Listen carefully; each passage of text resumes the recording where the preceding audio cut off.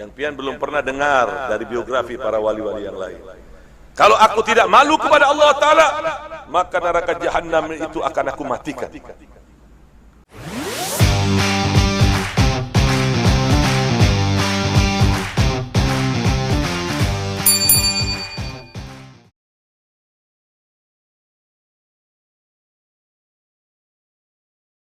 Hati-hati dengan anak turunan Syekh Abu Bakar bin Salim. Anak turunan Syekh Abu Bakar bin Salim ini yang beriman bertakwa kepada Allah Ta'ala semuanya wali min awliyaillah. Berhati-hatilah kalian. Luar biasa. Bahkan ucapan beliau mengatakan, kalau aku tidak malu kepada Allah. Ini yang sangat luar biasa.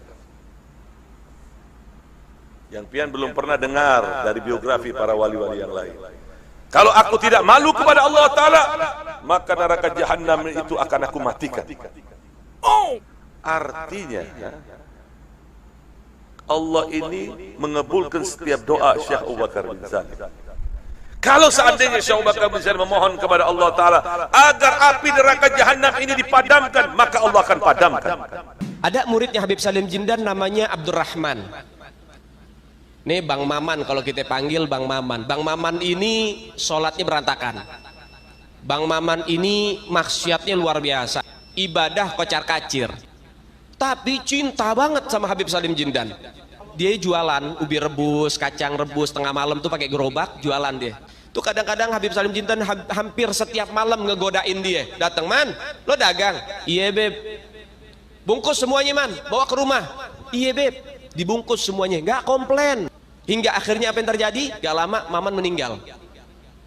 Habib Salim Jindan dikabarin sama muridnya, Beb, Maman meninggal. Innalillahi. Sianto orang baik, kata Habib Salim. Datang Habib Salim Jindan, beliau ambil kertas kecil, kotak, kertas kotak kecil, beliau tulis, ditaruh di bawah kepalanya si jenazah. Deh tutup. Beliau bilang, Man, gue tahu lo ibadahnya berantakan, tapi lo cinta sama dzurriyyat Nabi Muhammad, ikhlas dari dalam hati. Nanti kalau malaikat munkar nakir datang nanya pertanyaan kubur, jangan lo jawab, Man, lo kasih surat dari gue, lo masuk surga tanpa hisab. Sayyidul Imam Faqihil Muqaddam di dalam manaqib sejarah hidup beliau diceritakan bahwa Al-Imam Faqihil Muqaddam adalah orang-orang yang besar. Beliau adalah orang-orang yang hebat. Bahkan diceritakan beliau pernah mi'raj, saudara-saudara, bertemu dengan Allah dalam satu hari 70 kali, saudara-saudara. Sehingga banyak para ulama, banyak orang-orang soleh di zaman beliau, di masa beliau, berkunjung kepada beliau untuk mengambil manfaat, untuk mengambil barokah daripada ilmu-ilmu beliau. Apa namanya? Yang menggantikan itu kan pewarisnya kan ya para aulia itu. Nah, jadi Allah menyampaikan ke kutub dulu. Kalau kutub mengiyakan, maka turun adab. Jadi terjadi tsunami, terjadi gempa apa di dunia, itu sudah di ACC sama kutub.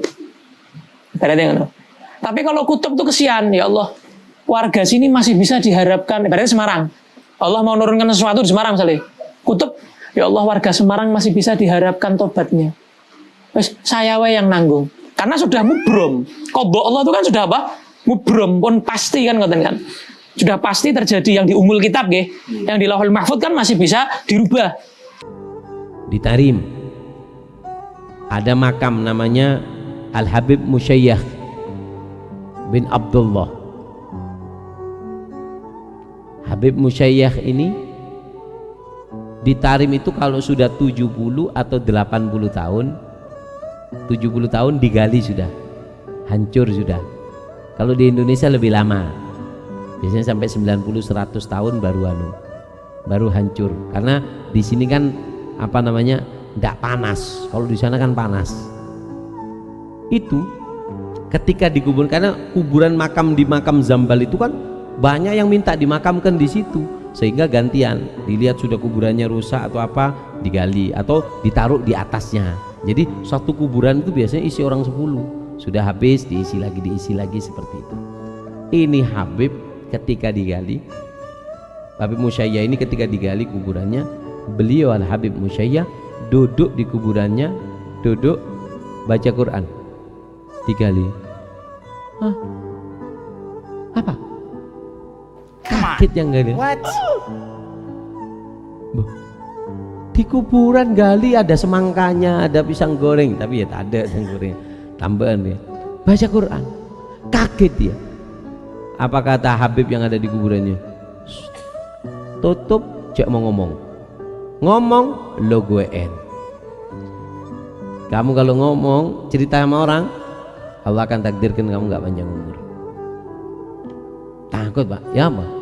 Ngelihat hal yang aneh, ngelihat hal yang aneh kayak gini, jasadnya utuh hidup di dalam kuburan, nggak boleh cerita mati. Aduh, berat, nyimpen rahasia itu berat. Akhirnya dia simpen nggak tenang. Ada apa Mas? Enggak. Mikir, enggak Dik, tak nyawa apa? Apa? Janda bandegi. Bangun aku jawab kamu janda. Akhirnya apa? Akhirnya didesak sama istrinya, cerita. Aku melihat makamnya Habib itu, ini Nabas, tukang gali kuburan. Ketika digali nggak taunya Habib sedang duduk di kursi emas dengan membaca Al-Quran.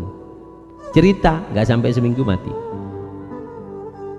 Dan ini cerita masyhur, disebutkan dalam kitabnya Majmu' Kalam Al-Habib Alwi bin Syahab.